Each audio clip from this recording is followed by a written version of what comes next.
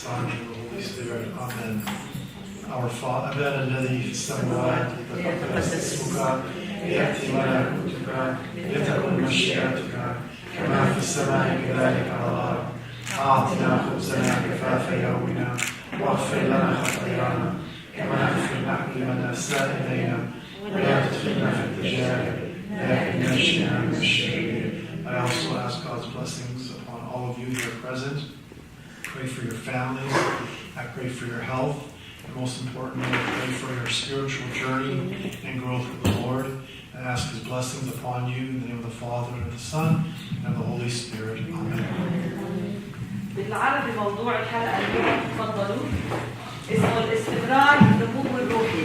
الاستمرار بالنمو الروحي. الاستمرار بالنمو الروحي. يعني كيف نستمر بالنمو الروحي.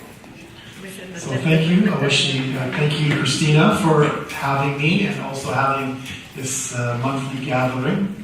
In English, my topic is spiritual disciplines. Spiritual disciplines. So we tried to translate that into Arabic. It kind of works, it kind of doesn't. There's a story of a group of young people who were going to a monastery. وقفونا على الحواجز قالوا له وين رايحين؟ رايحين على الدير نعمل رياضة روحية. قالوا له على الحواجز يلا إن شاء الله تربح. إن شاء الله تربح. So that's the goal. Actually, هدفنا بالحياة الروحية نربح. To win, to be successful. It's not like we think of many things in our life that we want to be successful in. Do we also think of being successful in our spiritual life? We need to. In English, the word discipline is rooted and is very similar to the word disciple, tilmiz. Without discipline, you can't be a disciple. And it's the same thing in the spiritual life. What are you a disciple of? It's what you're disciplining yourself in. So, discipline is related to discipleship. We follow something. All of us follow something. Every single one of us follow something. The most famous things that we follow, the thing that we follow is called Facebook, right? We want followers. And some people grade their sense of importance by how many followers and how many likes they have. And if you like somebody's picture and they don't like your picture, there's going to be a mashkil kbir, Jen. We need a new category in psychology of Facebook counselors. We need counselors, I'm serious. We need counselors for what's happening on Facebook and the problems it's causing in families and stuff. We have followers. One of the founders of Facebook, Sean Parker, said that Facebook takes advantage of a weakness in the human brain, or a flaw in the human brain, but we did it anyways. What is that flaw? The desire to follow something, or to be followed. A lot of people speak of themselves as leaders. You know, you hear people, I'm a leader. But there's a saying that if you think you're a leader, and you look to your right, and you look to your left, and there's no one around you, it means you're just going for a walk in the park. You're not a leader. There's a difference between leadership and actually leading. So we want to be followed. We want to have influence. We want to have people around us. We want to make an influence in life on many things. On Facebook. And even, regardless of how old you are or how young you are, you see even from our youngest children, they are followers of musicians. They are followers of actors. They are followers of trends. And when you have a little more money, you end up being followers of status. Sports. Sports too. The Super Bowl is coming up. You can go to the Super Bowl for up to $50,000, $30,000 for one seat. Why? Because people want to be followers. People want to follow. They want to be there to follow their favorite team and their favorite celebrity.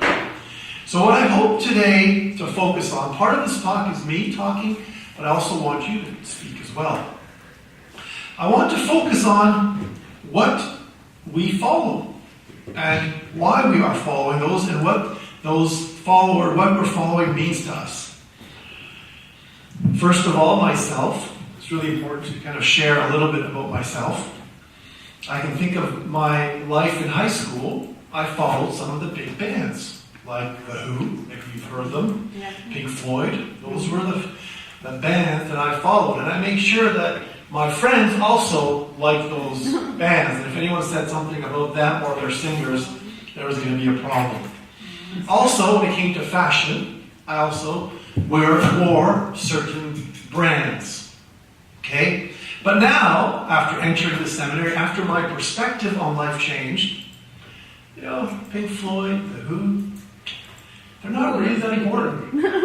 They're not important. In fact, I listened to an autobiography of the lead singer of The Who, and I felt kind of sick of what they said their life was like, as they had hundreds of thousands, if not millions, of followers.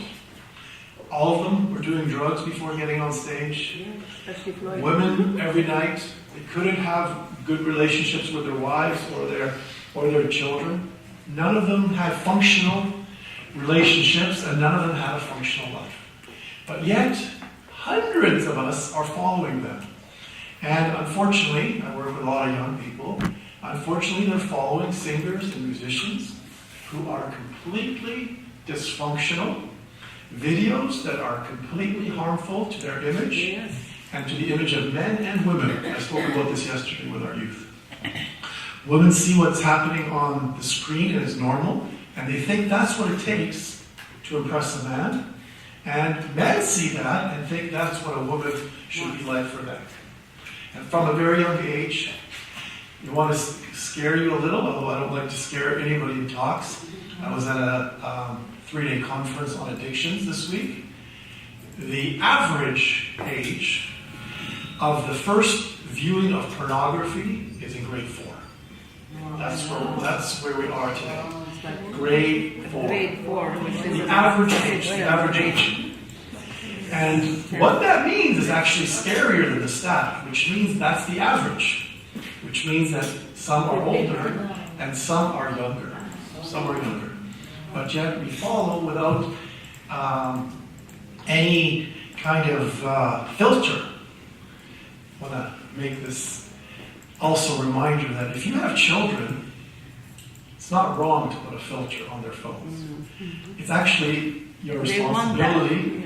It's your responsibility as parents. In today's age, we are not living in the same age as when I was growing up and when you were growing up.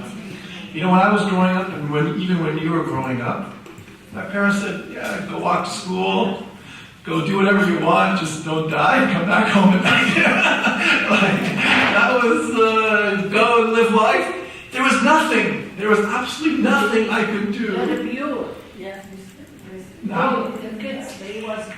Yes, but there was nothing. There was nothing that could have possibly happened to me. But today, right in your home, you can get a really bad sense of, and people are following. So this is why it's so important to look at what we are following in the image, and always remind the young people, and you as parents, I want to remind you as well. Don't just allow children to download songs and music and lyrics and sing to whatever on their phones. Listen with them and start a conversation with what they are following, and if what they're following is in line with what they believe. And that's why I said it's important to identify stages in your life. When I was in high school, I followed something, but now, with the growth of faith, I'm following something completely different. When I want to listen to music, I don't listen to that music anymore, because my values have changed, and I want my values to align to what I am doing. So now, in Arabic, I like to listen to Fairuz. As much as Fairuz as I can possibly listen to. It's beautiful. Even though I miss some of the words here and there, but I do understand much better than I can speak Arabic. To know that that's what I want to hear. That is what's lifting me up. That is what's consistent with my faith. And in English, I have a few religious singers who I feel what they're singing, not only what they're singing, but also their lifestyle, is aligned to my faith. Another very scary thing, I mentioned this to the youth yesterday, is that sometimes, even when the lyrics aren't that bad, yet artists are making music videos that actually don't reflect their lyrics, but are very suggestive and very inappropriate.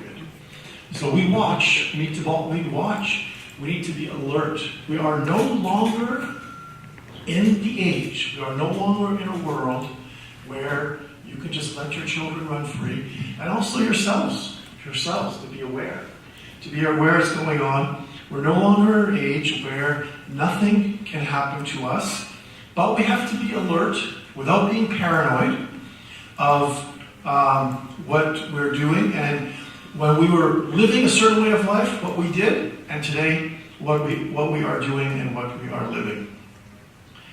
So some things, like music or fashion, may not necessarily be good or bad, but how we present them and what we do with them, we need to be aware of them. So most importantly, we want to ask ourselves who we are. We're humans, we need to act in a dignified way. What we want to be and who we want to follow. I hope the answer for all of you is that we want to be followers of Jesus. Amen. So the problem with that, and some people are very honest, there's a problem with being a follower of Jesus. Let's start with the problem. Of course. The problem is when we say we want to be a follower of Jesus, it actually requires a change of life. We can't say we're a follower of Jesus, but then like a 1 hour Sunday morning, put a cross around our neck. There's some musicians that have very big crosses on their neck, very big, or on our wall. It actually requires, or a rosary, it requires a shift. It requires a change. I had a conversation with somebody in our church, and he told me one of his fellow workers told him that he doesn't believe in God. And as I was speaking to him a little more, he said, because the problem, he said, the problem is, if I believe in God, then I have to change some of the things in my life. You have to do that step. And I said, that's perfect, that's great. That is actually correct. That is very, very accurate. So he actually believes in God. Well, If he said that statement. He does, in a sense, does believe in God. But that is actually a better statement to know and to recognize that to believe in God actually requires. He didn't want to change anything he was doing in his life, so he just decided it's easier not to believe in God. The reason that's important for all of us is that we all go to church, we're all here, which means that you value your spiritual life, you value your faith, you value Jesus. Now the question is how aligned we are in our actions and our words, and that's what I want to focus on. That it takes discipline to grow in our spiritual life. Why do we have spiritual disciplines? Why do we bother? Is our faith simply accepting that Jesus existed? Do you believe in Jesus? I believe in Jesus. I mean, actually, a Hindu believes in Jesus because Jesus was a historical figure. Gandhi used to go around quoting Jesus. The Beatitudes, blessed are the poor in spirit. He quoted, but you can't really say that he was a Christian. We have to have spiritual disciplines because nothing we do. And it's always important to see our spiritual life as being very real and attached to things in our life. Nothing that you have done in your entire life that you are successful in, you have not had a set of spiritual disciplines. Nothing. Cooking, you're disciplined. If you want to make a bowl of tabbouleh, you know you don't get a tabbouleh that's a month and a half old.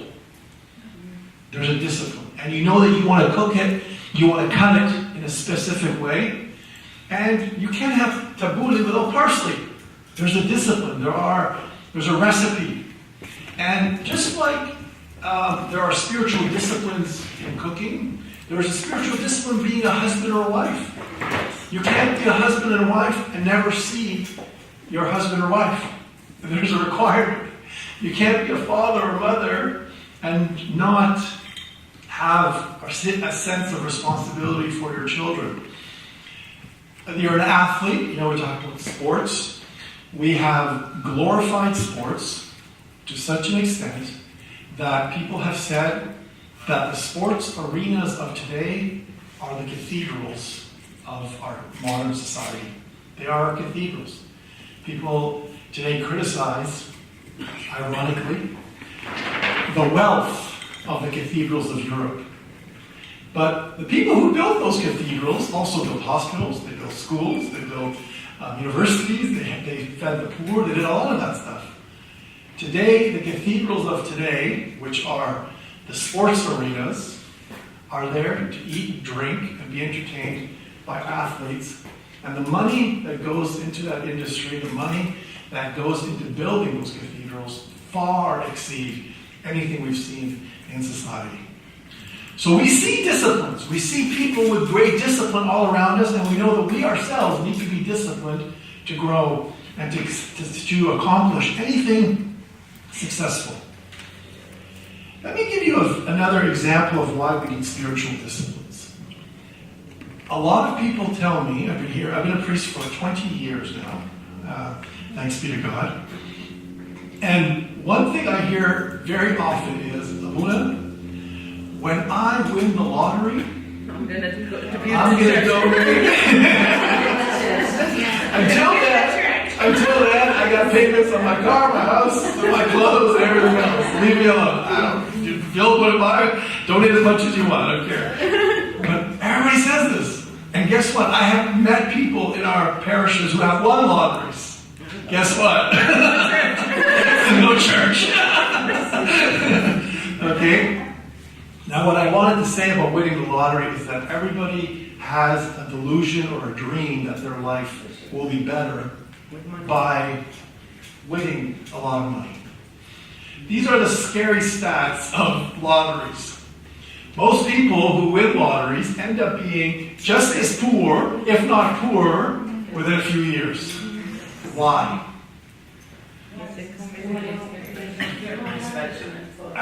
They spend it, expectations. Poor management too. Poor management. They don't work for it. What else? Everybody starts being their friends. Exactly. Easy come, easy goes. But I'm looking for one word, and it's related to our talk today.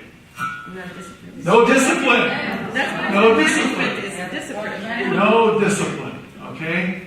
So with money, with your family, with your health, no discipline ends up in a catastrophe. And so, these are things we can see.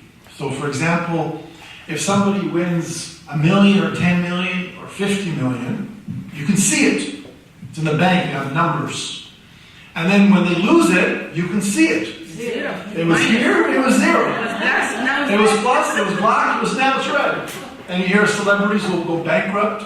How's that possible? But it's possible, they go bankrupt. Millions and millions of dollars, they go bankrupt. The problem and the danger in our spiritual life is, I can tell, I don't want to ask you, how much is in your bank account? I don't want to know. I'm sure it's healthy. You don't know either, that's healthy. I mean, the things, but what is in your spiritual bank account? You can't see it. Only you and God. So my point is, it's very easy to measure success by a new car, a new clothes, your bank account, something. But it's very difficult to measure spiritual success and spiritual discipline and spiritual growth. And that is why our spiritual life is very important. And that's why these meetings are very important. And why I think, I only able to come once or twice a year. When Christina asked me, and I try to think of something that is like the most important thing on my mind. And I think spiritual discipline is probably the most important topic that I can think of that I want to speak about.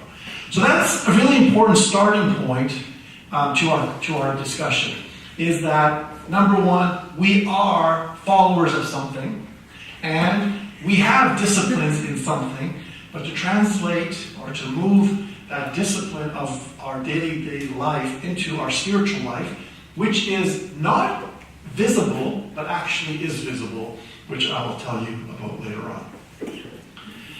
Our spiritual bank account is invisible, but the fruits of our spiritual life is visible. This is very important. If you go to a farm, let's say, actually, since we're near Orange, we're not in Orange County here, but a lot of us are from Orange County. Our church was actually at Orange Grove. If some of you didn't know, before the Lutheran Church built it, it was an orange grove, and the house next to it owned the entire plot. So imagine if you go to an orange grove, and the farmer says to you, "Look at my beautiful orange grove." And you say, "Wow, that's a beautiful orange grove. But where are the fruits?" You say, "Oh, we don't have fruits right now. We haven't had fruits last year. We haven't had any fruits the year before. In fact, I've been hanging out here for the last 50, 60 years. And my father gave me this orange grove, and my grandfather gave it to him. And there have never been any fruits." It sounds crazy. He's waiting for the fruit, but it's not an orange grove. It's not an orange grove. And that's the image that I want all of you to have for your spiritual life. Our spiritual life is internal, but it's also external. You've got to see the fruits. Many of you can point to fruits. You can write them down if you want. You can think of them. Think of the fruits of your faith. Think of the real fruits. Your faithfulness. Anybody want to give me an example? What is love? The fruit of your faith. Your kids. So how would your kids have been different if you did not give them faith? How? Because they do the right things because of their faith. Exactly. So in other words, now your daughter's getting married. You know, the fact that she's even getting married, that's to the right person who has similar values, and that she's going to be raising a family of faith. No drugs. That's a big deal. That's a big deal. Not a lot of other things. Exactly. Someone that doesn't have faith and doesn't follow. Exactly. And we see it all around us. But they are not scared from anything. Right. Exactly. So they have to have the faith, and they have to know that they love God, and because they love Him, they want to make Him happy. That's right. So especially today, where everything is available to us, you know, anything you want, it's important to have faith. But I want one of my talk today is not just a theoretical quote you a bunch of passages tell you what you should do. I want you to start seeing the fruits of your faith, and I want you to share that faith like you did with us, and share it with your children. Share it with people that you know. That there's no such thing as a disengaged Christian. There's no such thing as a person who just believes in his mind. That's not our faith. Christianity is not up here. It's not something we philosophize about. It's not, Jesus was great. Jesus loved us. He was born. He died. He rose from the dead. He sent the Holy Spirit. Yes! Okay, now let me get back to my life. Look for the fruits that your parents handed on to you that are bearing fruit, just like that orange grove, and that you handed on to your children, to your friends, to your relatives, to your neighbors, and rejoice in that, because we need to rejoice in those fruits and the gifts. Was there somebody else wanted to say something here? أنا كنت أقول إنه we have to gain people for we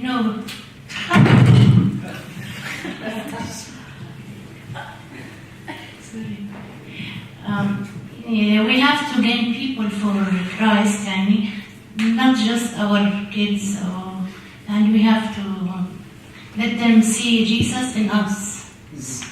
So they will, when they see Him in us, so they will follow Him. Yeah. In Arabic they say هل يرون فيك يسوع. لما تشوفوا يسوع فيه بيصيروا بدهم يتمثلوا فيه. ومشان لازم لما نثمر نجيب ناس للرب يسوع. إذا ما بنثمر بكرة لما نطلع فوق قلنا وين الثمر اللي عملتوه؟ إذا ما فيش ثمر ما لناش أكاليل ولا لنا جوائز، لأنه في لنا فوق أكاليل وأجازة. That's a perfect statement. Now this is why this topic is important. This topic is important because we can't bring Jesus to Christ if we have not been brought to Christ ourselves. So you go back to that analogy of the tree. If the tree isn't healthy, then it will never be fruits. And that's what we want to focus on today. That there are elements of a discipline. I like to always think of analogies. Does anybody know of or seen pictures of an athlete after 10 years or after 20 years after they've stopped being a famous athlete? Most often, they're twice their weight. They're completely undisciplined. If they used to play football, they probably don't even know how to play football anymore if they haven't thrown it. They have so many injuries too. They have a lot of injuries. They can hardly walk. They used to be superstars. So I want to use that analogy as well to remind us that even if we have reached a certain level of our spiritual life, when we stop our disciplines, when we stop thinking of how we got to where we got, then we also will become like that tired and overweight athletes. So athletes who stop playing sports end up not being very athletic. And that's another very important point for our spiritual life that we sometimes forget. If I were to ask all of you, what religion are you? All of you, I think, are going to say, I'm Christian. Now, within Christianity, of course, we have Orthodox, Coptic, Catholic, Protestants. We're all under one umbrella, and we're all Christians. Right? So if I ask you what religion are you, but what religion you are is not reflective of how you're living, then we can say that there's a disconnect. We can't just be something. And we can't just think of ourselves as having become a Christian. Sometimes, some Catholic and Orthodox community at birth, in other communities later on in your life, whatever it is, everybody has a different journey, and that's, not my place today. But regardless of whether it was at birth or later on, you cannot say, I have become a Christian and that's it. In other words, you can't be in cruise control. You know the cruise control car? You put it in, you use it, people still use it, and you go along. You can't. There's no such thing as being in cruise control. It's something that you have to remind yourself and keep disciplining yourself every day. I'll tell you a very funny story of my dad's first car that he bought with cruise control. Cruise control was brand new, and he was really excited. This is real. It's as crazy as it is, it's actually real. So I got in the car, and he's telling me how cruise control works.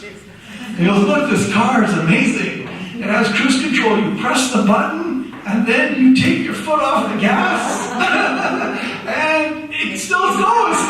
He was really excited. And then he took the hands off the steering wheel. He goes, look. I go, no. Put your hand back on the steering wheel. That's not how cruise control works. Okay? But that's how sometimes, unfortunately, we see our spiritual life. We're done. We got the sacraments. I was baptized, confirmed, I'm married. I'm just waiting for the anointing of the sick. I'm ready to go. Right? No. There's no cruise control. I become a Christian at a certain time, baptism. But every single day, I am renewing my life in faith, my spiritual discipline. So let's get into some very practical points. Because these practical points are based on everything I've said, that we need discipline, and that we cannot achieve. This might sound a little pessimistic because, when you get your GPS, you put the address, and it says you have arrived at your destination. It's good. I've arrived at my destination. The good news is you have arrived at your destination, but the even better news is that every day you are continuing to arrive at your destination. You know, the worst message, sometimes the GPS gets lost. The worst message you can get on the GPS is when you end up getting lost at the cemetery. And then it says you have arrived at your destination. Oops, wrong. So your destination, although you've achieved your destination, all of you, I can tell you, because I know all of you have arrived at your destination, your spiritual destination. But now, that's the good news. The even better news is that you still have a long way to go every single day to reach your destination. And if you think that you have arrived at your destination, period, end of the sentence, then unfortunately you're going to be like that athlete. Spiritually, you're going to get lazy, you're going to get lost, you're going to get... But it's if you feel that you have arrived at your destination, comma, and now I have much more to go, then you have a long way to go. So, let me get some spiritual verses to remind us how this all works. Let's go to... So what I'm saying is not something we need to make up, but that in the Bible, there are many things that Jesus says that we need to do. We need to do to have a disciplined life. Let's look at 1 Thessalonians 5, 11 to 23. Yeah.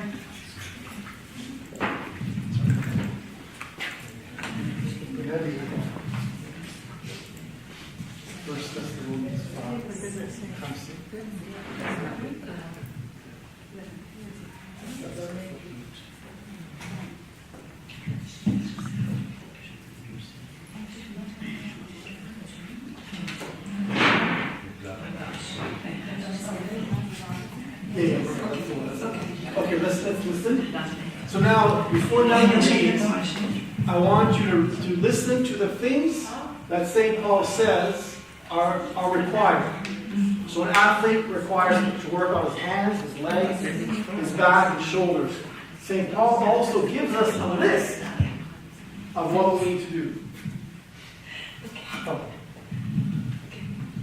لذلك عزوا بعضكم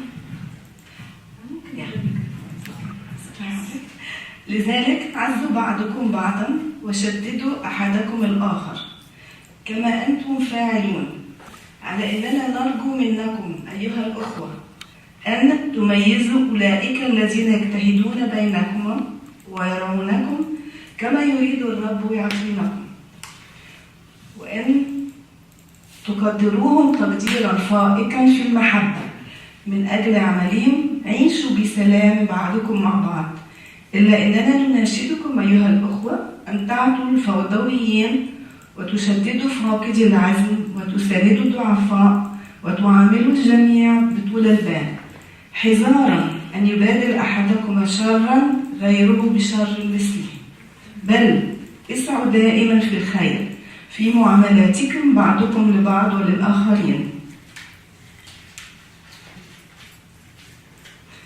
افرحوا على الدوام صلوا بدون انقطاع ارفعوا الشكر في كل حال فهذه هي مشيئة الله لكم في المسيح يسوع لا تخمدوا الروح لا تحتقروا النبوءات امتحنوا كل شيء وتمسكوا بالحسن ترفعوا عن كل ما هو فيه شبه شر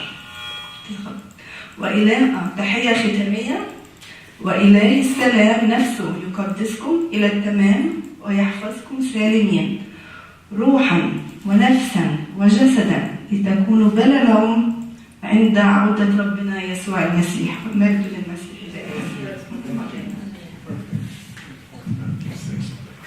This is 1 Thessalonians 5, 11 to 23. 1 Thessalonians 5, 11 to 23.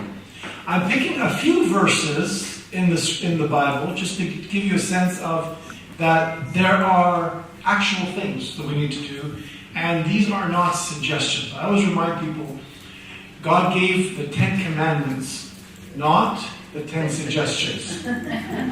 Not the 10 suggestions. So it's not like, you go today and we're going to have lunch and you say, you know what, I like carrots, I'm going to have some carrots. I like rice, I'm not going to have rice. These are not optional lists, by the way.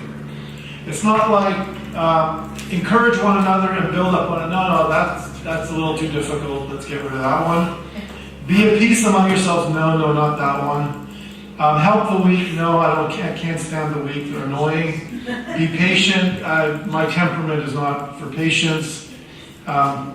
These are lists. This is how we live our spiritual life. And to look at these lists and realize that they are the fruit of something.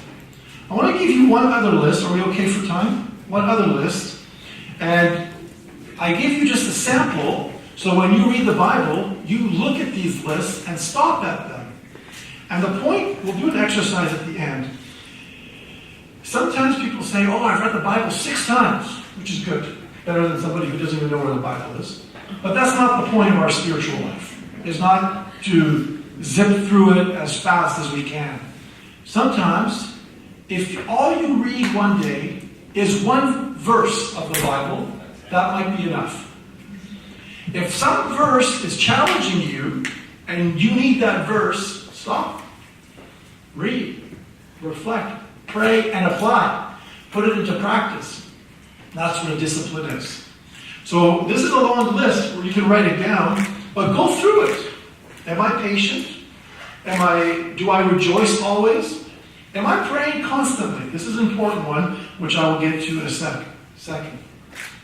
It's not enough. Sunday isn't enough. Every single day. Every day. Some prayer. Not a 1-hour prayer, if you don't have time. Not a 2-hour prayer. At least an hour, Father, when you wake up. At least an hour, Father, before you go to bed. At least a prayer of thanksgiving before you eat. Something. Never let a day go by without looking around you and giving thanks to God for what He's given you. Christmas was just around the corner, and I'm sure a lot of you gave many gifts to either your children or your grandchildren. And I'm sure some of you may have seen your children or grandchildren take a gift and go, what is this?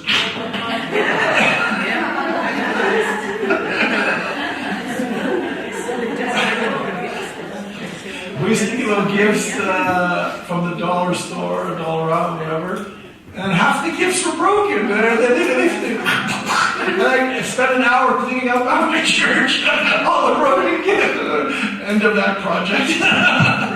Right? God has given you a gift. Look around. The trees, the air, your friends, your faith, your people, everything like that. So, rejoice always, pray constantly. That's one of the themes of today. Before I continue, I want to read Matthew 6. Gives us another example. It's a little long, but okay. You know what? Let's summarize it. Verse 2. If you want to write Matthew 6, verse 1 to 16. 1 to 16. And then we're going to go verse 2. فإذا تصدقتم على أحد فلا تنفخ أمامك في البوق كما يفعل المراؤون في مجامع والشوارع ليمدحهم الناس. الحق أقول لكم أنهم قد نالوا مكافأتهم. أما أنت فعندما تتصدق على أحد فلا تدع يدك اليسرى تعرف ما تفعله اليمنى لتكون صدقتك في الخفاء وأبوك السماوي الذي يرى في الخفاء وهو يكافئك. وعندما تضلون لا تكونوا مثل المرائين الذين يحبون أن يصلوا واقفين في المجامع وفي زوايا الشوارع ليراهم الناس. الحق أقول لكم إنهم قد نالوا مكافأتهم.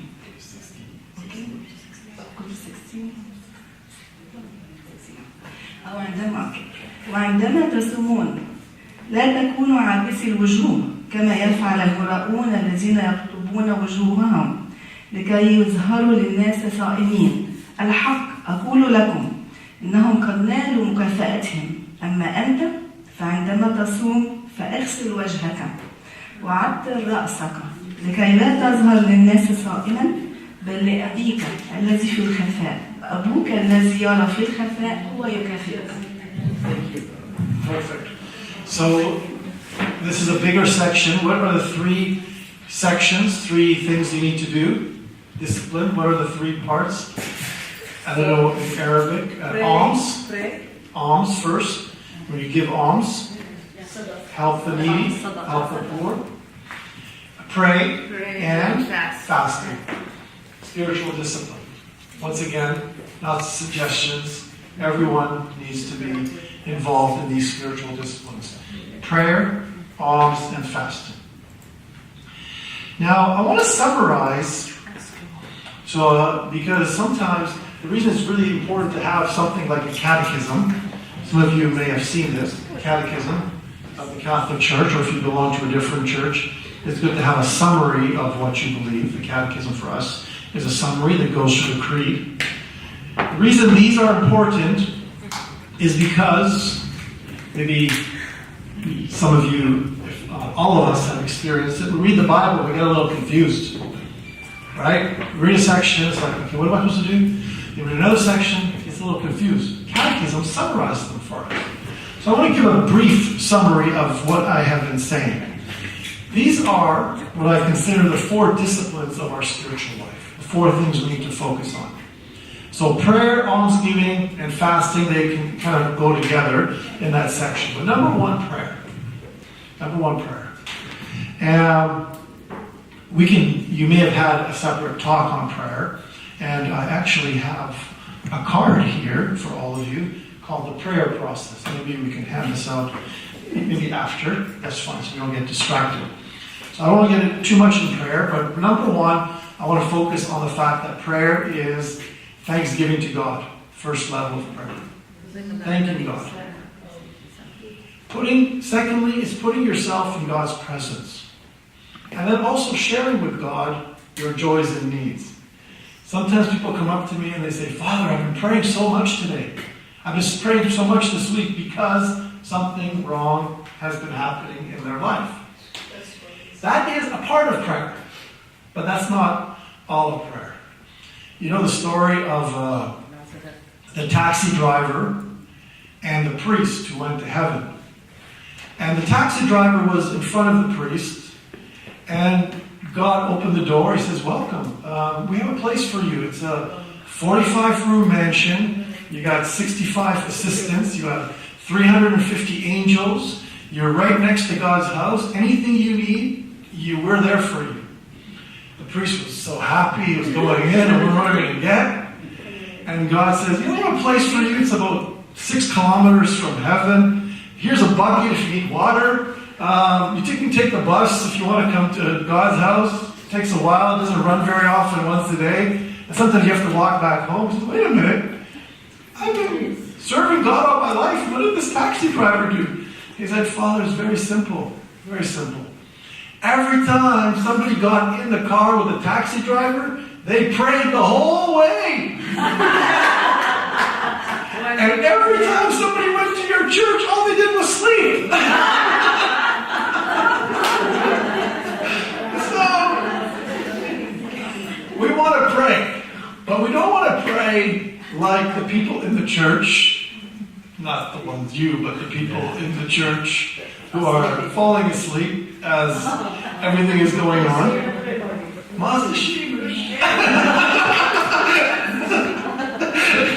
And we don't want to pray like the people in the taxi who, there's even a football pass. I don't know if you know this. It's called the Hail Mary pass. Yeah. There's a pass called the Hail Mary pass. It means you have no idea where you're hitting it. You have no idea where it's going to go. And it says, Hail Mary, we don't want to pray that way. We want to have a healthy, and I want to give this whole talk on prayer, but read the section on the Catechism on prayer, and then I'm going to give you that little prayer to remind us to have a healthy view on prayer. Thanksgiving, spending time with God, open with God, and action. What the section number on There's a whole section on prayer. You can just look it up in the index. Yeah, I'll show you after. Number 2. So prayer is spending time with God and giving ourselves relationship with God. Reading the Bible is a prayer, but we also need to read the Bible. And I've got some sheets here on a Bible reading plan. Why do we read the Bible? We say, all of you, if I ask you, you would say that you love God. Now, if you love, exactly, the Bible is God's love letter to you. And if you say you love someone, but never call that person, never want to spend time with them, and never want to know anything about that person, then you don't really love them. You are just waiting for something, their convenience. You're using that person. Same thing with God. It's important to start off by saying we love God, but then we get the next level to learning what it actually means to love God and what it means for God to love us. Knowledge helps us grow in love. Knowledge helps us grow in love. And one mistake of many mistakes that people have with reference to the Bible is they say, well, I know the passages. I can tell you, oh yeah, the 10 lepers, oh yeah, 10 lepers, or 10 lepers and one, and that's it. No. It's not just up here knowing the passages, but how those passages are being lived. Are you always the story of the 10 lepers? 10 got healed, and one came back and gave thanks to God. So then you go from what I like to call the window to the mirror. Window to the mirror. The window is you're looking at somebody's life. You're looking at a story. You know, you look in the... What does the mirror do? The mirror reflects back at your life. So number one, you have to know the story, that there were 10 lepers. Then you don't say, oh, those 9 lepers, they were terrible. Oh, I'm good. Yes! So you say, what times in my life was I like the 9 lepers? And when in my life was I like the 1? Don't be too hard on yourself. Don't ever say, sometimes people say, oh, I've done nothing good in my entire life. That's impossible. Absolutely impossible. In your spiritual life, to grow in your spiritual life, build on the good that you are. The blessing. All of us have made mistakes. We're still making mistakes. And don't get discouraged. Don't get, all of you are parents here, don't get discouraged. That's why Jesus came, because we never stopped doing mistakes. Like my aunt, our family has a very funny sense of humor. She said, all these kids today, they're always talking about how their parents messed them up. They go to counseling and they say, because of our parents, and we were like this, and our bad parents because of our parents. And first of all, nobody taught us how to be parents. They don't go take care of. And then secondly, nobody talks about how messed up we are because of our children. Right? So, read the Bible in a sense of thanksgiving. Give thanks to God without blaming. It's not a matter of being hard on yourself. You have to forgive yourself. First stage of forgiveness is not the other. It's yourself. If you can't forgive yourself, you can't forgive the other. And at the end of the day, everybody's got to be responsible for their life. So we read the Bible in this very interactive way. We look at the world, 10 lepers, 1 came back. Well, sometimes I'm like the 1, and sometimes, maybe 9 times, I'm like the 2. How can I be more like the 1 and make that part of my spiritual discipline? And it takes time. There's a great book. It was written by William Bennett, who was in charge of education in the United States. I don't know his official title. It's called The Book of Virtues.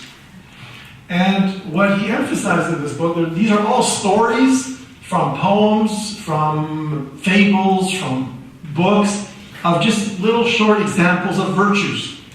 We don't emphasize this enough, that we want to live a life of virtue in very practical ways. For example, St. Teresa of the Child of Jesus, St. Teresa of Lisieux, said, I do everything for the love of God. When I'm mopping the floor, when I'm cleaning my bed, when I'm cooking, when I'm eating, I do every little thing for the love of God. These little acts of virtue help us to grow in thanksgiving. So we have prayer, we have reading the Bible, we also have the reading of spiritual books. What do I mean by spiritual books?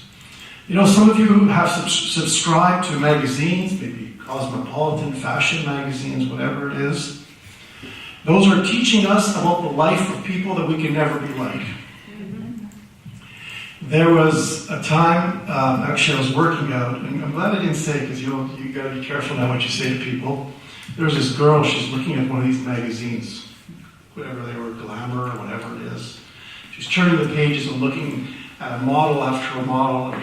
I felt like turning to her and saying, don't look at that magazine. You will never look like any of those girls in that magazine. And I realized she's not going to understand what I mean.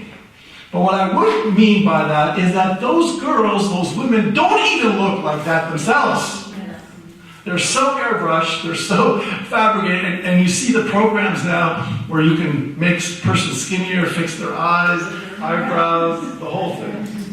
The person in the magazines you're looking at, and you're feeling insecure about themselves, when those models look at those magazines, they go, who is that person? We need to fill our mind and our life with spiritual books. Lives of the Saints. Why is that so important? Because they teach us in very practical ways how men and women, young and old, married or single, have actually taken the Bible, this beautiful book that we all say is important, how they've taken the Bible and lived the Bible in very practical ways.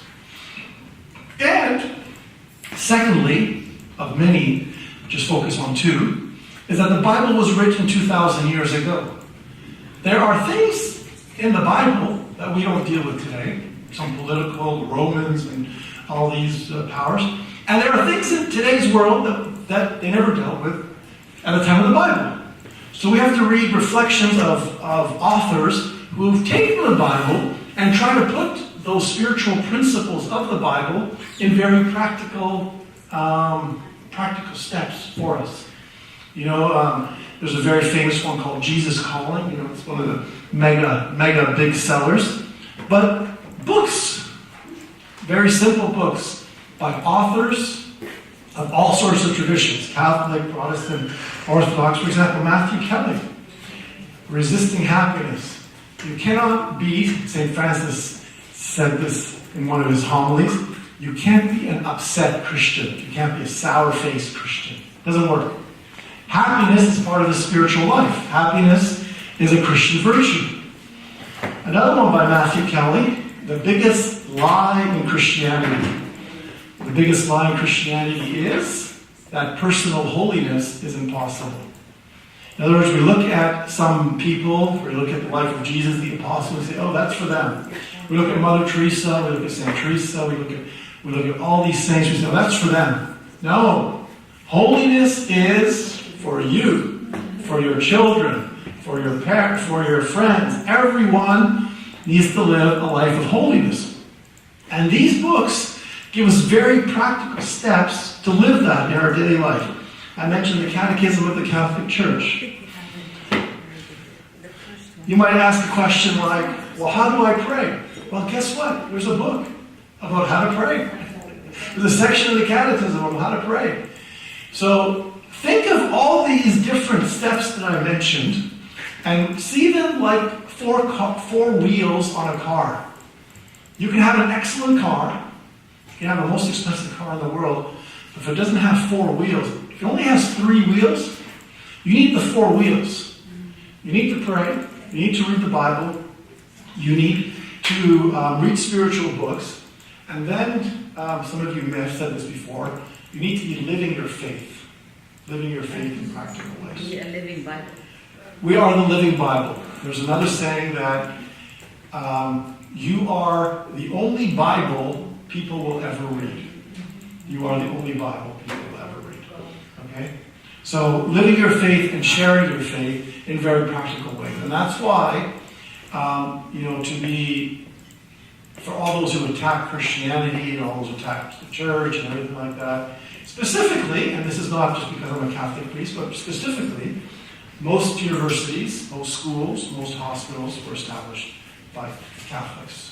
Now, of course, other churches have done the same, but if you go back to the foundations of these things, I'm not saying we're better in any way, but it's a matter of living the faith. And if you look at Orange County, LA County, all shelters, not all of them, but probably like 99% of homeless shelters, of hospices, of whatever, are by Christian organizations, Catholics, Orthodox, and Protestant. Why? Because we love God, and we want to show that we love God in very practical ways. Very practical ways. Right? And, of course, Jesus also told us to live our faith and be practical.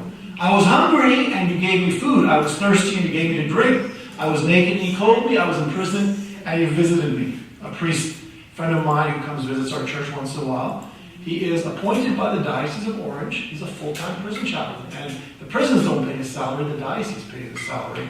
So we can put our faith into practice.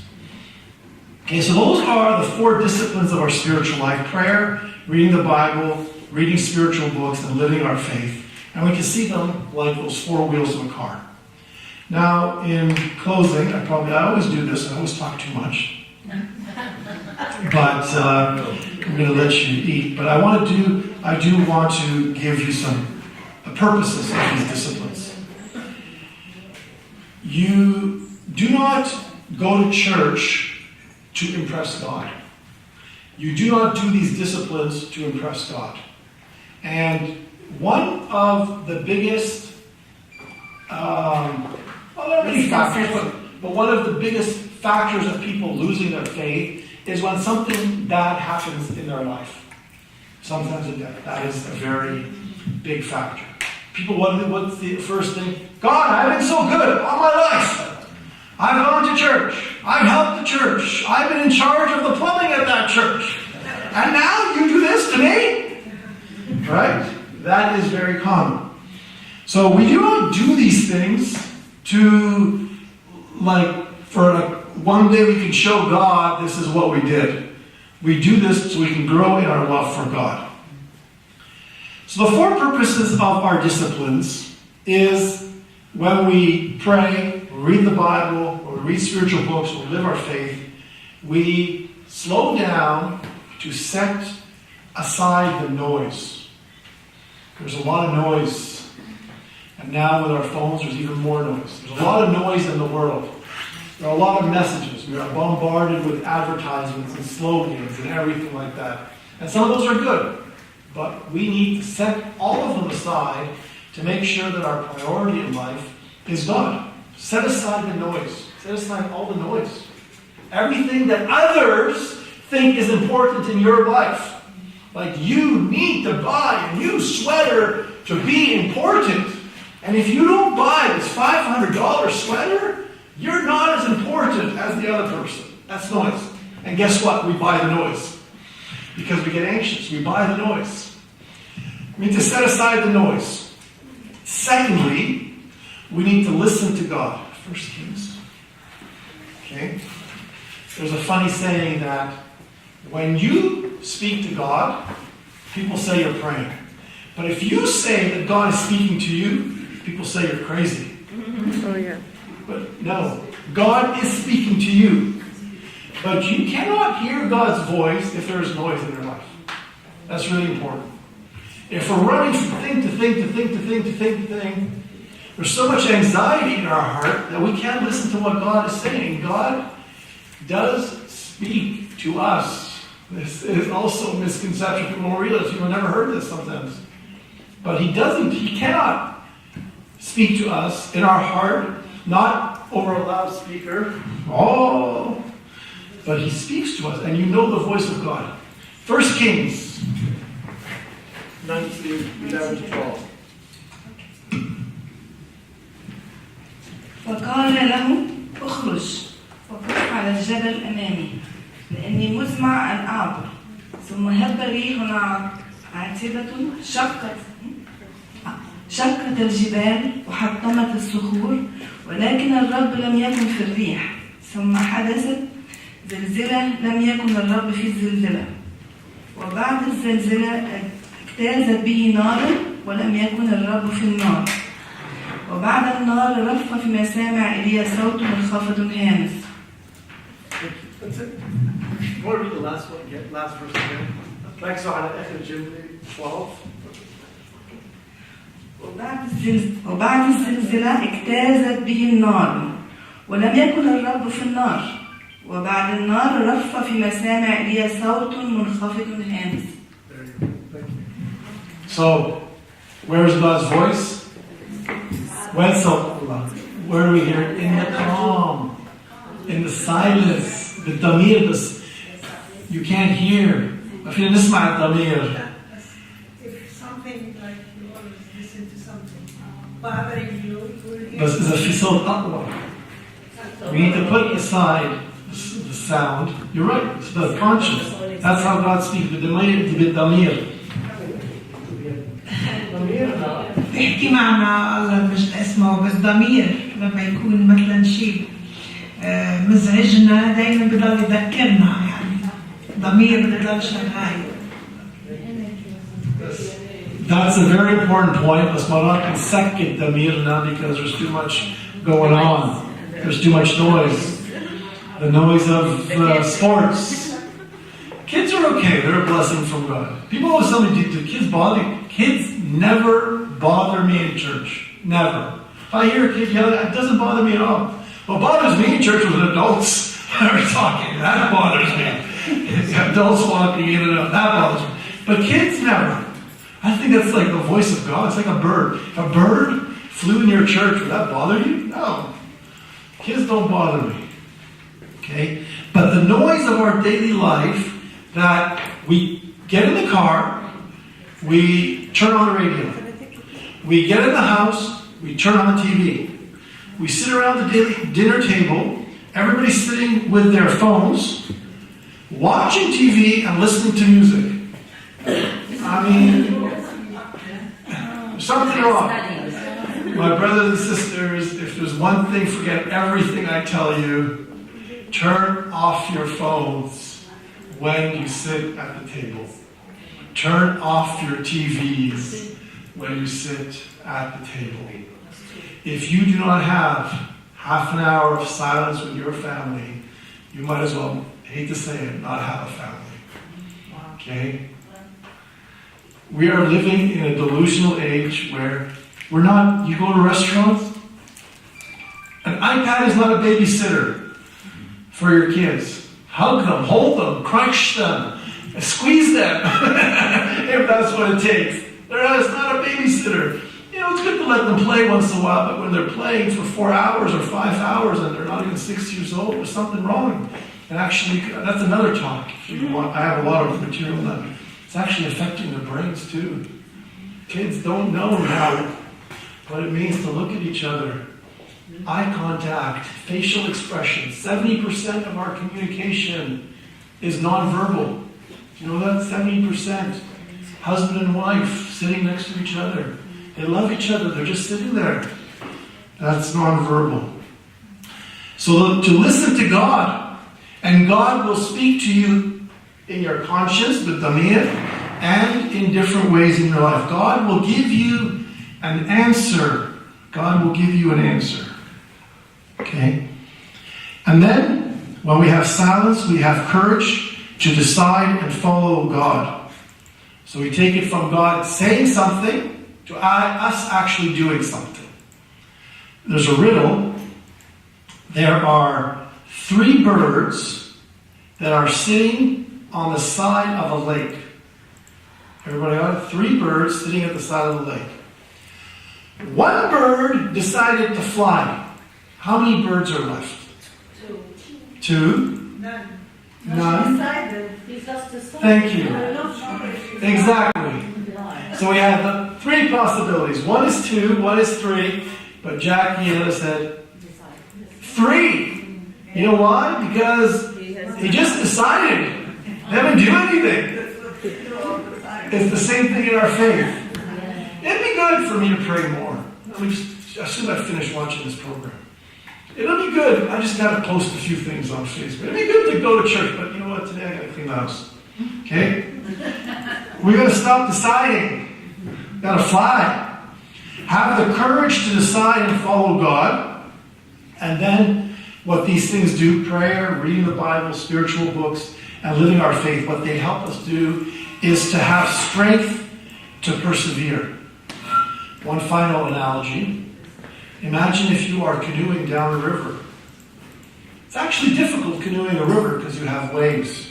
But then, along the waves, which are the waves of life, sometimes there are rocks. And you need to persevere. Sometimes the waves actually get more difficult. Sometimes you get tired. But you need ways to help you persevere. And the same thing with our spiritual life. We can't put it on cruise control. We can't assume it happened in the past. But we need to persevere. And like that canoe, we have to keep going. And prayer helps us to keep going. We could have decided to follow Christ, but then a tragedy comes in our life. We go. We got busy, we go. We're studying, we go. We get sick, we go. All sorts of things. Okay? So, those are the 4 basic disciplines: prayer, reading the Bible, spiritual books, and living our faith. And the 4 purposes for our disciplines: to set aside the noise, to give God the priority among everything, to listen to God, and then to have the courage to follow God, and then to have the strength to persevere. Have the strength to persevere. Okay? I think. Any questions? I was actually talking about other things as well. So I have a few books. I know most of you speak Arabic, but this is an example. I don't know if there are books like this in Arabic. There probably is, but they're very difficult to get. But this is an example. Use books like this to help you develop discipline. This is the Bible in a year. And you don't have to do it in a year, but at least it's broken up with days so that you know, today is March the 8th. I want to at least read this section. The other way I encourage people to at least put the priority of reading the Bible is to put your Bible, get your remote, your TV remote control, and your telephone. Put them right next to each other, like this. Put them right, turn them off or throw them in the garbage. One of the two. When I go around the church, when I see kids with their phones, I go, "Can I see that?" They go, of course they say yes, and I turn them off. I go, "How are you doing today?" They give me the craziest look. Put your Bible on top of your remote and on your phone. And then you get home, it's like, "Oh, I want to watch a show. Where's my remote?" Uh-oh. Okay. January 7th. January 28th today. Okay. January 28th. Okay. An hour, half an hour. Now I can waste my time on the latest Netflix useless program that came out. Okay? Where am I going to go? Okay. Is this the Old Enemy or just New Testament? It's a year. Actually, it's the Old and the New Testament. Really? In the Bible. Okay. So I have a few of these. I was able to get them on sale. The book is they're regular $30, only $20 paperback, and I've got a few hard covers, and I've got some. If you don't want to buy that book, that Bible, I'm not trying to make any money. I'm not trying to sell any of them. But did you pass out the prayer cards? Okay. This is a good example of the Bible and the Catechism. If you don't have a catechism or aren't Catholic, I'm not trying to, try to get you. I'm not trying to pull you away from your church. But there are different versions. But at least have a daily plan. If you go to a gym, you pay $100 an hour to get. What do? They write up. Not that I know, because I don't obviously work out. But but they write out a program and they say, "What do you want to be? How long do you want to get there? This is what you need to do. You need to have a plan. Write it out, and write out. Have a journal. Write out your successes." I read this on this day. You need to have a sense of discipline and get the right books, get the right materials. You know what I should close? I always overestimate how long it takes me to give a homily or a speech, but I want to just give you briefly, I wanted to share with you, rather than opening it up to every one of you. I want you to share with each other your faith. Maybe you can share that. It's really important to share your faith with your children and your grandchildren. Always share why you believe with your family, what faith means to you. I remember some very important things in my life that when I was growing up, we always went to church every single Sunday. I remember, I think my entire life, I missed church twice. And one was, actually I was in Jordan and I didn't even know what day it was. Because Friday was off, and everybody was off on Friday, and I got completely confused. And then Sunday came along, and I didn't even know what day it was. If you know what I mean when you're in a country that doesn't exactly, you get kind of lost. But I'm not trying to excuse myself. My point is, one of those times, and there was another time, I can't remember when that other time was. It was also a complete mistake. We were traveling or somewhere, but I don't remember a Sunday, other than by mere mistake, that I have missed church my entire life. And it's strange to me in church where people kind of drop in, they say hi to Jesus, and then they take off. Okay? We need to have that spiritual discipline, and that's my journey of faith. And I'm not saying I'm any better than anybody, but that's how our family grew up every single Sunday. I also went to a Catholic school. Now, there are a lot of people who don't go to Catholic schools who live a good life, but I was able to receive a good education in addition to what I received in church. And I remember in grade 8, our teacher taught us how to pray the rosary. And she told us to pray the rosary every day. And so it could be the rosary, it could be some other prayer. But imagine from grade 8, my entire high school years, praying the rosary every single night before going to sleep. And sometimes I would fall asleep. And there's a saying about one of the saints, I think it may be St. Teresa. She has all these great stories. She would be praying something, and if she fell asleep, she would tell God, if I fall asleep, please finish it. Finish the prayers for me. It's okay to have a sense of humor with God. But spending this time with God helped me navigate, just like that canoe, all the pressures of high school, all the temptations, all the problems, all the anxieties, all the worries, and realize that God is the one directing my life. And when it came time to make a decision where I want to do, is it any surprise that faith, God, the Bible, prayer, rose to the top of my list of priorities and what brought me the greatest joy in my life. This is not by accident. It's not a blood transfusion that my parents gave me. It was 18 years of a spiritual discipline that my parents gave me and that I continued. And I can continue for the last 40 years, 47 years, of many stories of how I thought my head was underneath the water, but somehow with God, I was able to breathe and continue journey after journey after journey. That's why I believe not only is faith important, but spiritual disciplines are important to keep reminding us to spend time with God, to grow with God, and to learn. Okay, any questions before we break out to... Does anyone have an example of a spiritual discipline that they're living either every day or every week that they feel has really improved their life or got them somewhere where... I definitely would not be where I am today without that life of prayer. Most certainly.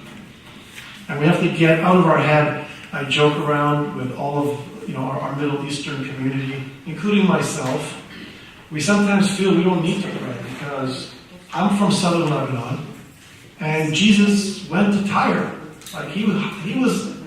It's like he's my cousin or something. We have people from Jerusalem. It's like, hey, we're from Jerusalem. You know, we were a few blocks away from the church. We were from Bethlehem. You know, the Church of the Nativity, Nazareth. We were there. Egypt. No, Jesus came to Egypt. Jordan. Jesus came to the Jordan River. So what?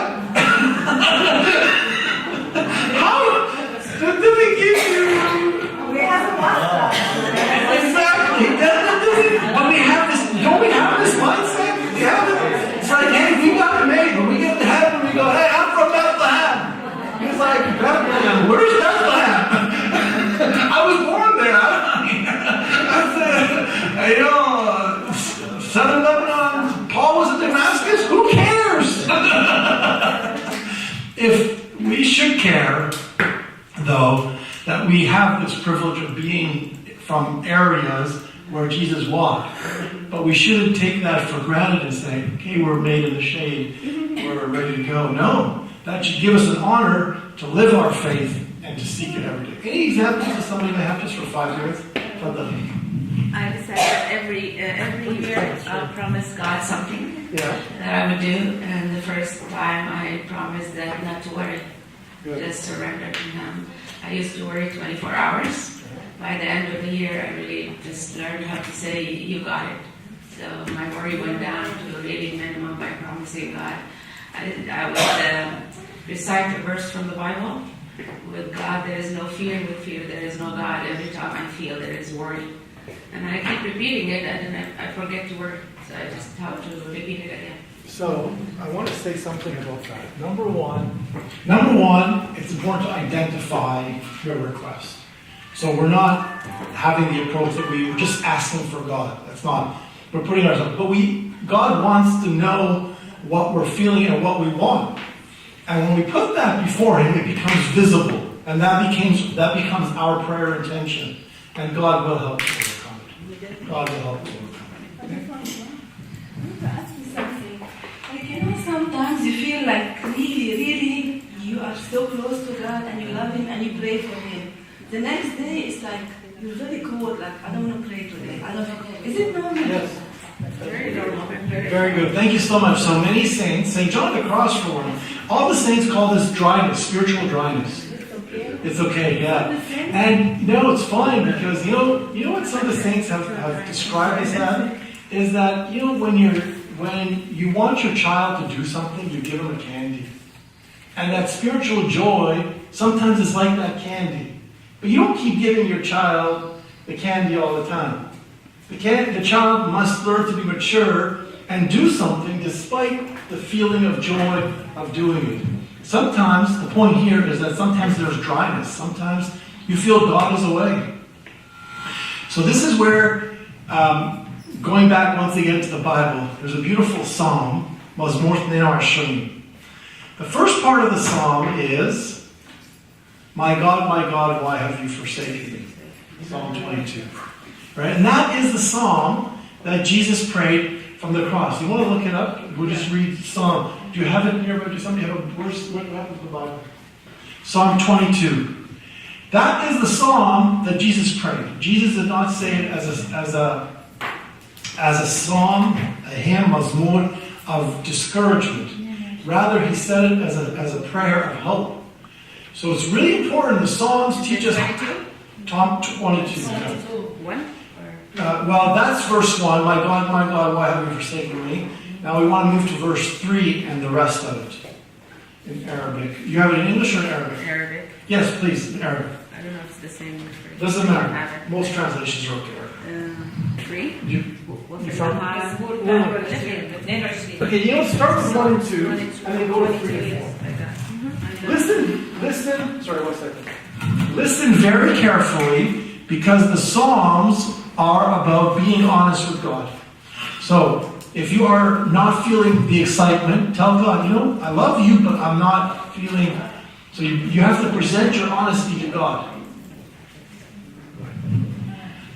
إلهي لماذا تركتني بعيدا عن خلاصي عن كلام زفيري إلهي في النهار أدعو فلا تستجيب في الليل أدعو فلا هدوء لي.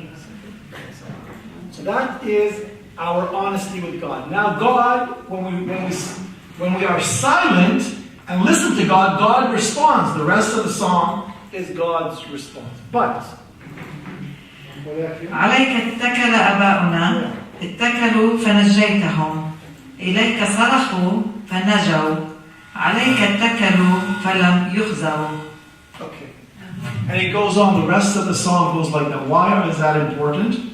Because when we're honest with God, we tell God our weakness, He reminds us that He is faithful. He has been faithful to others and He will be faithful to us. He will be faithful to us. It's a sign of hope. It's a sign of, and also for dryness, we don't go to church, we don't pray to feel good. Feeling good sometimes happens, but we don't do it to feel good. There's a story of Mother Teresa, a reporter. You know, when Mother Teresa got very famous, she didn't like it because people were coming from all over the world just to look at this. She became like a celebrity. And some of these people who went, they didn't understand what she was doing. There's a reporter who said to her, Mother Teresa, I wouldn't do what you do for $1 million. And she said, neither would I. I'm not doing it for $1 million. And I wouldn't do it for $1 million. And guess what? She had some rough days. She had rough days, but her love for God helped her persevere. And that's where love, without getting into anything personal, husband and wife, you still love each other when things are rough. And in fact, that's the test of your love, is when you're able to persevere for difficulty. That's the same thing with our relationship. We persevere for God too. We persevere. Well, you persevere in your relationship with God, despite the fact that... Because of God. Yeah. I'll tell you a joke after we cut off. But it's really important not to focus simply on wanting a good feeling, wanting things to go well for us. That's called, in American society, called the prosperity gospel.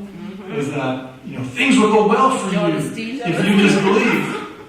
Okay, I think I should stop talking, but one of my friends said, the other guy, Robert Schuller, he said, that was a great gospel to be teaching when the economy was booming, but when the economy crashed, nobody believed him anymore. So, doesn't have a church. Yeah, it went back up, but that's, yeah. So, in other words, in our spiritual life, we have moments of joy, we have moments of sadness, we have moments of trial, we have moments of temptation. The most important thing is to show our love through perseverance. I just want to answer you. When you don't feel like you want to pray, well, make it a habit. Like for me, as soon as I wake up, I open the curtains, I go on my knees. قدوس الله قدوس القوي قدوس الذي لا يموت ارحمنا. I do it 3 times. Every morning. It's a must. I feel it, you get used to it. أول إشي قدوس لله. Then I have my booklet. في prayers for me, في prayers for my kids. Sometimes I share it with others when I say a nice prayer. So leave those books beside you. If you cannot, sometimes you don't know what you want to talk to God about. You read something small and it gives you an idea, but make it a habit every day. Leave those books in your house. زي ما قال أبونا هدول الكتب really بيساعدوا. مرات you don't feel like, God, what am I going to talk to you today about? Thank you for, I just woke up. Thank you for the help. Thank you. But then you need to go a little bit deeper. So those books really help. But do it really every day and you will see. It's really good. Okay, everybody, thank you so much. Thank you, Abuna. Thank you. أبونا كان موضوعه الاستمرار بالنمو لأنه خلصنا الكريسماس. بنعيط الكريسماس، بنلبس الأواعي الحلوة، بنزين بيوتنا. بيخلص الكريسماس إيش بنعمل؟ بننزل الزينة وبننسي كل شيء عن المسيح. بنخليها للسنة الجاية. فهذا موضوع أبونا إنه ما تخلوا كريسماس بس مرة بالسنة. كملوا بالنمو للسنة الجاية عشان كل سنة تنمو. Everybody says, some people hate Christmas. Like, why is everybody just nice for 2 weeks of the year? It's what we should do all the time. One foot over. You are asking me about how I improve my spiritual discipline, going to those meetings, giving me a job at my church, and when I read the Bible, I forgot the verses. You call it in English, الآيات. Why? بالعربي.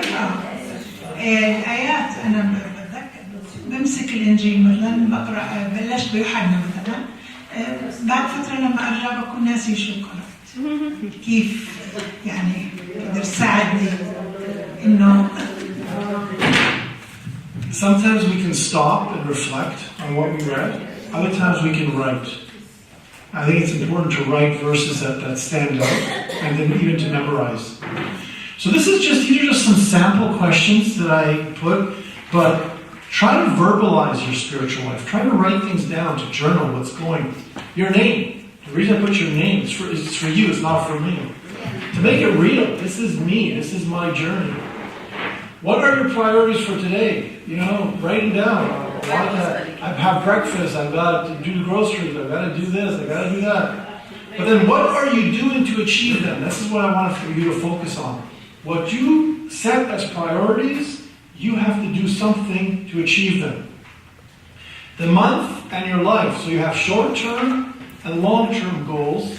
And your long-term goals have to be broken down. If you plan on, if some of you, this is maybe like your children, they plan to buy a house, but they're going to Starbucks 3 times a day. Well, they're not going to get a house in 10 years. They're going to get a house in 57 years. Right? Unless, of course, which is that's another talk. I need to give a talk to all you parents. You're all babysitting everyone. You're paying your kids this butt. I don't get it. They're making more than any of them made, and yet all of you are paying your kids' mortgage. I don't get it. But anyway, that's another story. That's enough. Don't get me on that topic. You're babysitting your kids, and you're paying their mortgages. Okay. Okay. Stop talking.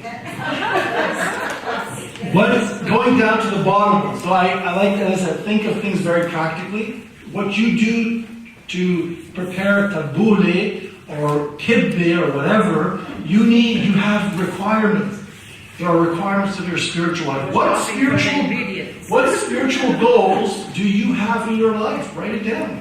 And what are you doing to achieve those goals? Perfect example. My spiritual goal is I want to not forget. Well, how are you going to do it? Write something down, stop and read it, reflect it, share it with somebody. What are you doing to achieve this today, this month, your whole life? And then the 3 birds on the side of the lake. What will I commit to do to grow in my spiritual life today, this month, and enjoy my life? Okay? That's it. We can continue with more questions later. Thank you. Thank you, Muna. Everybody. Enjoy being here.